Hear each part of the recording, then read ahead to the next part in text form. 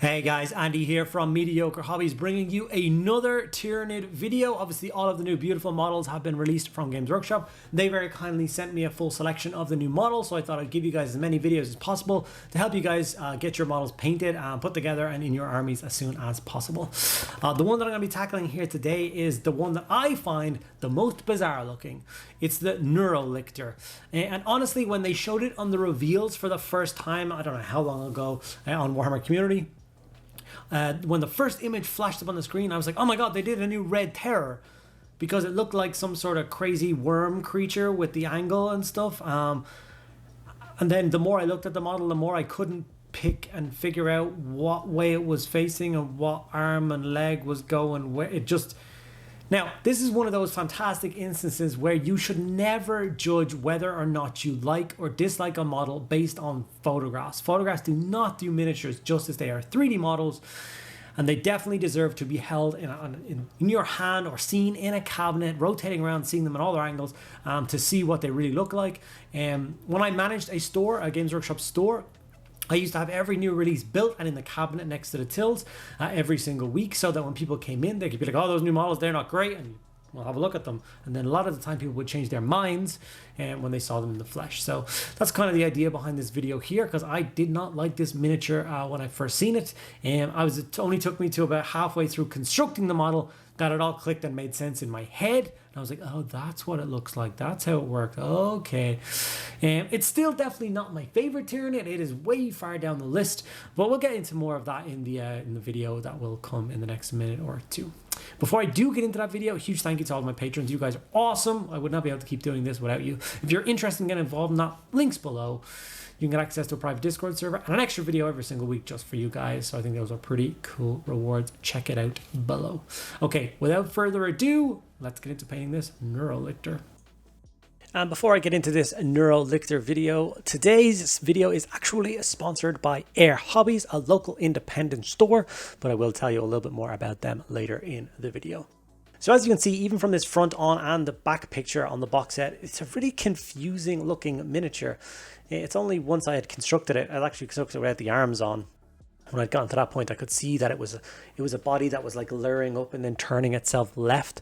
It gave me real xenomorph kind of feels, and I started to feel a little bit better about the miniature. But then kind of soon after, as soon as I added the arms and the tail coming out of the back of his head and stuff, I once again went to the opinion that the model is quite busy. And it is just a weirdly angled miniature. Like if you look at this thing as a whole, you're talking about one Tyranid organism is like, it's got its center body. Then it has 4 limbs, 2 tails, and 6 tendrils coming off its face. So if we do the math, that's 12 appendages, shall we say, coming off of this very small and compact model. This is smaller than an average lictor. So it really is just quite busy. I don't quite know what the designer was thinking when they decided to go with the weird pose, the slight turn. It's not awful. It's just a bit bizarre. I don't think it shows off the awesome detail of this miniature as well as they could have done with kind of a more basic pose. But like I said, each to their own. I was very interested when I watched the Tabletop Time videos, and it was their favorite miniature from the new lineup was this guy, which I was like, wait, what? What am I missing here? Immediately build model, try and figure out why they love it so much. What am I missing? And I guess it's one of my favorite things about what we do in this hobby, in the Games Workshop miniature painting hobby, is everybody has their own opinions on what's nice and what's cool and what's awesome and what's not. And, you know, I can say this miniature is not for me. I'm not the biggest fan of it. I can think of a million different things I would change about it, and then you go to the next person along and they absolutely love every detail, every aspect, every small kind of thing, which is just amazing. Like I said, it genuinely is my favorite thing about it. I guess you can always find something you like about pretty much everything. But I'm going through these steps to match it in with my, of course, standard new Tyranid scheme. There's about 9,000 points of them painted now at this stage, but I've gone to a little bit more detail with my standard or with all of my new Tyranid schemes, and I think they've been turning out really, really nicely. So I'm going to kind of keep plodding along with that, trying to get an entire new Tyranid army painted. Although they will match my old scheme, these new batch obviously a lot more detailed than that. Especially this kind of stage here, the Volupus pink added into all the soft bits between all the joints, I think really adds just that little nice add of color to it, instead of just being pale skin and blue armor.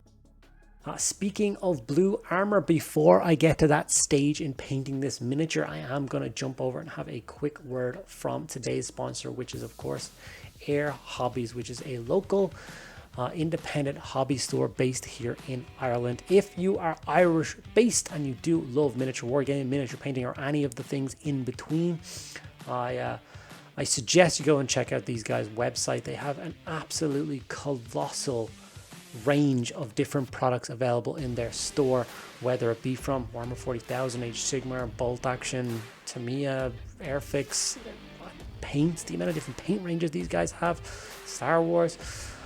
It literally does seem like week to week they're putting up posts showing the next range and the next range and the next range of awesome models and tools and stuff that they have access to in their store. My favorite thing about them is if you're in Ireland and you place an order over €60, you get free next day delivery to your front door, which I think is absolutely incredible. Obviously that's business days. If you order it on a Friday, you probably won't get it until Monday. But it has saved my bacon on more than one occasions when I needed something to make for a video, missing some spray or missing some glue, a kind of panic. Place an order to Air Hobbies, arrives at my door the next day. So a huge thank you to Air Hobbies for sponsoring another video and for always helping me out in the hobby.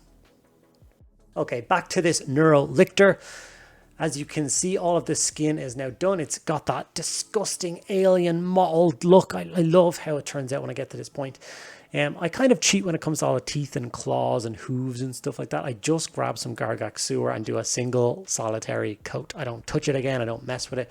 I think it works really well. I don't want to add an extra kind of bright and strange color in there, anything that's going to take away from the carapace or the skin or the bright pink in between. I think with those three primary colors in place, the model is really set nicely, if that makes sense. And I don't want to introduce like, black or bone or anything like that. Now it's finally on to my favorite stage, which is applying the Stegodon Scale Green paint to all of the chitin on this model, or chitin on this model. This is the thing, because everything up until this point has been quite a sloppy process, and it's only when you paint all of the blue on all the carapace parts of this model does it tidy everything up, and it finally kind of gives you a sense of what this miniature is going to look like at the end.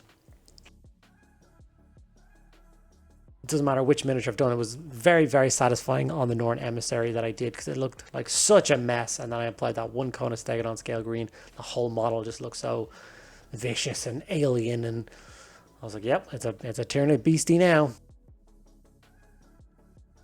Back to the topic of the do you or do you not like this miniature? I would also love to hear from you guys in the comments. If there's any specific miniatures out there that... Okay, I asked this in two ways. One, you don't like, but the rest of the world seems to love, or you do love and the rest of the world seems to dislike. Do you have any odd likes that you're like, the internet hates this thing, but I love it, or the internet hates this thing, but you know what I mean? I'd love to know what you think, any surprises out there, because there have been a few pieces out there in my day, especially working in a shop where people have given out about a certain thing, and it seems to be a general consensus that the community has turned against this particular piece or this model. They don't like it. And I'm sitting there like, I love that model. That's a really cool model. Or the opposite has happened to me. The whole world goes crazy about something, and in the back of my head, I'm like, oh, I don't really like that model. That's a bit weird looking. I'm not a big fan of that. Which, of course, I couldn't really state out loud because I worked for the company at the time. I was going to say, that's a crap thing. You shouldn't buy that, little Timmy. Timmy goes home crying, thinking he was going to buy his awesome model. So yeah, I'd love to know your thoughts. We're getting into the final stages of this miniature. We do a bit of Altioch blue to tidy up and feather all of those armor panels. Add a little bit more flash of blue,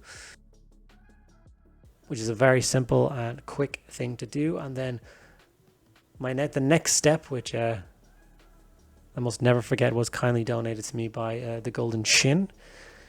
Back in the day when I first showed him my new Tyranid scheme, it was just the skin and the blue. And he was like, that looks nice. And I'm like, yeah, it feels like it's missing something. He was like, yeah, a little bit. Offered a little bit of advice. Yeah, sure. Water down some Doombull Brown and pin wash it in between all of the carapace on the armor. And I was like, wow, that doesn't make any sense at all. adding brown into a scheme like this? He's like, just trust me. And he's a much better painter than I am. So I trusted him. The result was spectacular. It once again changed the whole feel of the armor, brought it back to that real alien-esque, just not natural looking. I know it's natural, carapace, it's Tyranids, it's Baya, but you know what I mean. It's unnatural to see the brown in between the blue.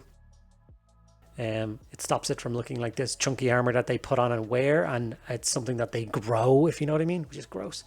I then added some textured snow to the base, aka interactive snow.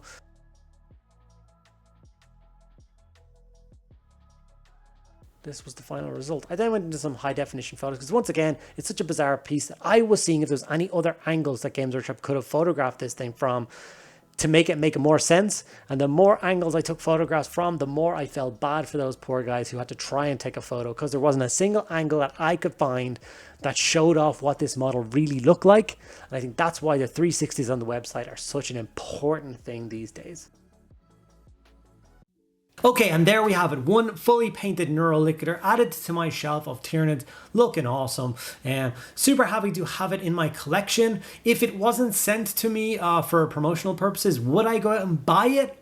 Well, I'm a kind of a completionist, so probably, but it would have been way far down the list on things I would have bought for my Tyranids, so yeah, I'm not 100% sure. But let me know what you guys think in the comments below. Do you think this is an amazing model, or do you think this is a fugly model, or somewhere in between? Or if you do love it, tell me why you love it. If you don't like it, tell me why you don't like it. I'd love to get everyone's opinion on this particular one, because it's a bizarre model that I really can't place whether or not I like it or not. So it'll be interesting to read those comments. Thank you guys so much for sticking around to the end of the video. If you enjoyed it, make sure you give it a like. Subscribe to the channel if you haven't already. So many people out there watch my videos and do not subscribe. It really hurts my feelings. So please take 2 seconds out of the day and hit that subscribe button. Like I said, engage with the comments below. Let me know what you think. And yeah, I'll see you guys in the next video.